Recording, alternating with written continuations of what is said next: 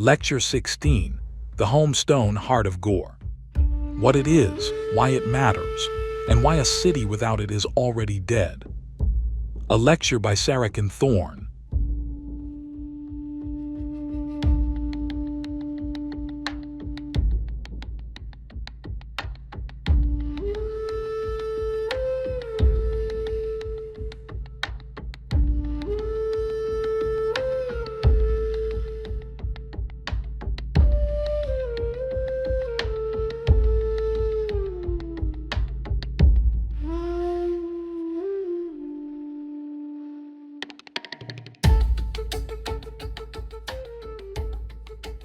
Masters, mistresses, free men and free women, Kajara and Kajarie, I greet you.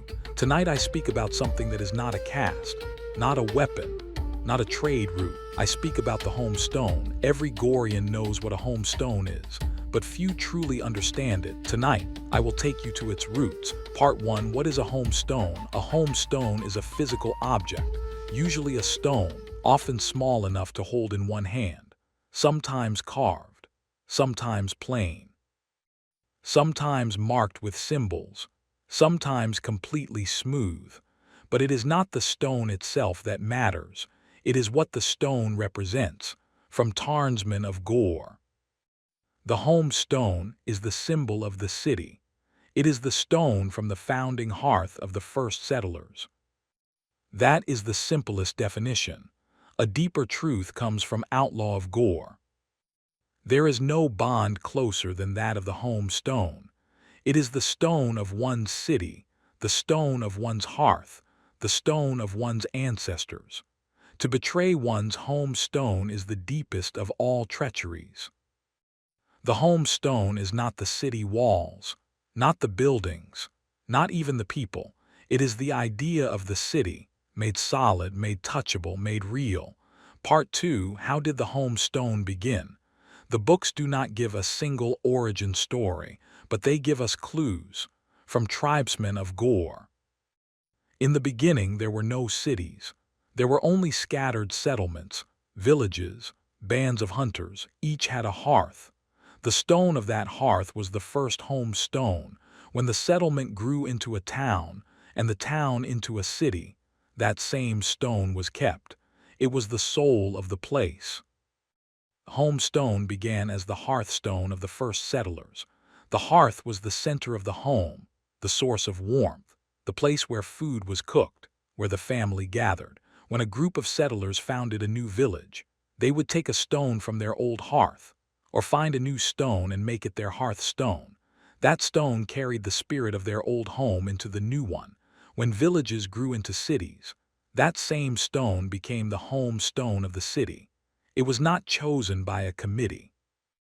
It grew into its meaning, over generations, over centuries. Part 3, what does a home stone look like?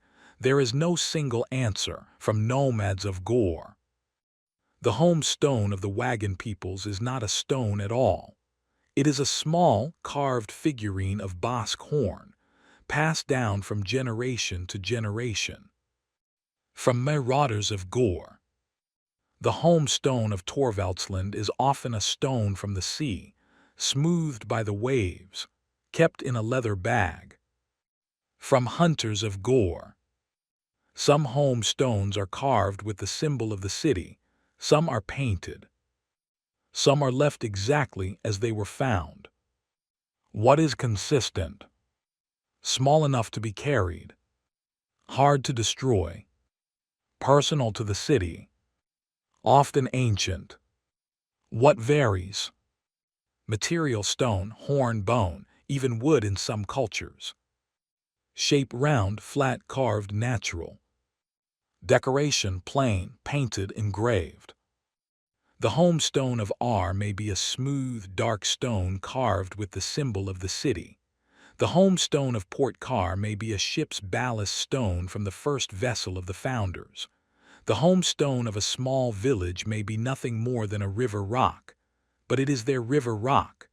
Part 4, why is the home stone so important? From Assassin of Gor. A man may leave his city. He may never return. but he carries his home stone in his heart. He will die for it. He will kill for it. He will live for it. The home stone is identity. You are not just a person living in R. You are a citizen of R. Your home stone is the symbol of that belonging. The home stone is loyalty. To betray your city is to betray your home stone. There is no worse crime. A man who betrays his home stone is lower than a slave. The home stone is ancestry. Your father's father's father swore loyalty to that same stone. You are not isolated. You are part of a chain stretching back centuries. From captive of Gor. The home stone is the stone of one's ancestors. To abandon it is to abandon them. The home stone is unity. In times of war, when the city is threatened, the home stone is brought out. Citizens renew their vows. Enemies see what they face, not just walls and swords, but people who will not surrender. Part 5, The Home Stone Ceremony. From Raiders of Gor.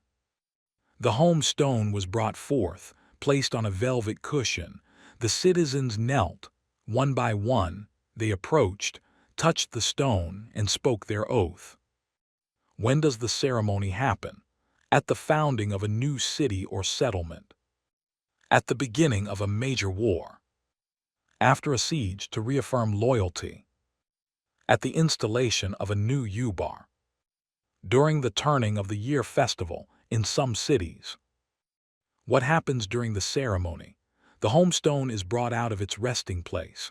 Often a small shrine or a guarded chamber. It is placed on a ceremonial surface. Velvet, leather, a shield, a block of stone. The Ubar or a high priest speaks the ancient words.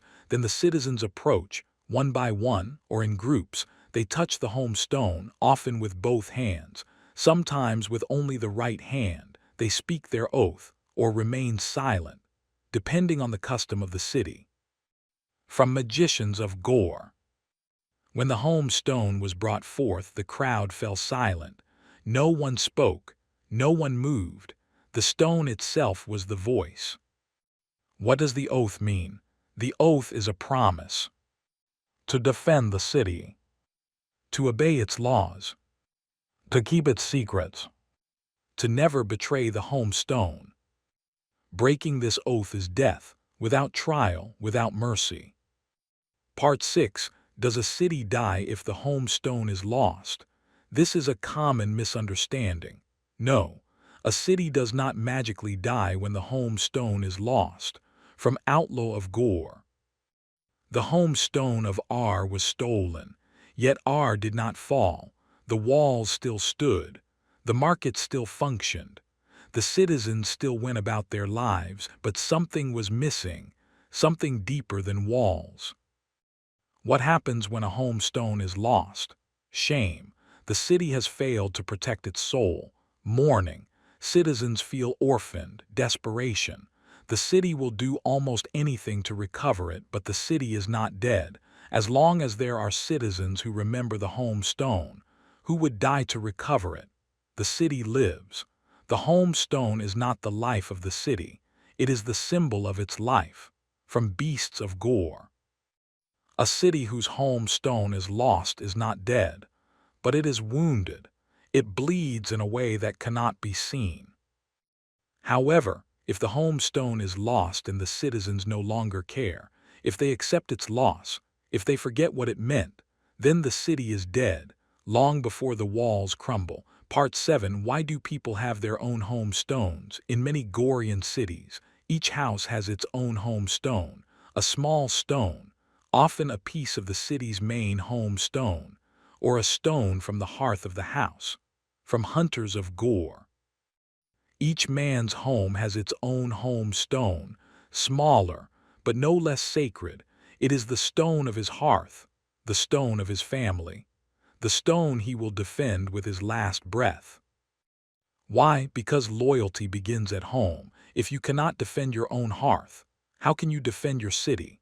The house home stone teaches children the meaning of loyalty. The house home stone binds the family together. The house home stone is a practice ground for the greater loyalty of the city. There is no contradiction. Love of family and love of city are the same love. At different scales. Part 8. The Home Stone of Gor itself. From Priest Kings of Gor. At the center of the nest, in a chamber sealed for millennia, lies the Home Stone of Gor itself, the stone from which all other home stones were taken, or so the legend says. What is it? The legend says that when the Priest Kings first brought humans to Gor, they placed a single stone at the heart of the nest. From that stone, the first settlers took fragments, and those fragments became the first home stones of the first cities. Is it true? The books do not confirm it. It is a myth, but a powerful one, from mercenaries of Gor. Whether the legend is true or not does not matter. What matters is that millions of Goreans believe it, and belief is stronger than stone. What does it mean for Gor? If the Home Stone of Gor itself were ever destroyed, not every Gorean would feel it, but some would, and those who believe the legend, they would see it as the end of an era, the death of something ancient. The Priest Kings guard it not because it has power, but because belief has power. And the Priest Kings understand power. Part 9. Home stones outside the known cities. Do other cultures have home stones? Yes, but different. The Wagon Peoples, they have no fixed cities. Their home stone is the figurine of Horn I mentioned earlier. It moves with them. Their loyalty is to the tribe, not to a place. Torvaldsland, they have home stones for each village, often a stone from the sea, but their loyalty is also to their jarl, their chieftain, in a way that is more personal than in the southern cities. The Red Hunters, they have totems, animal spirits, not stones. But the function is the same, a symbol of belonging. The Pani, they have ancestral tablets, not stones, but again, the same function, a physical focus for loyalty. From Explorers of Gor. Not all Goreans swear by the home stone, but all Goreans swear by something. The name changes, the form changes, the need does not. What replaces the home stone where it does not exist?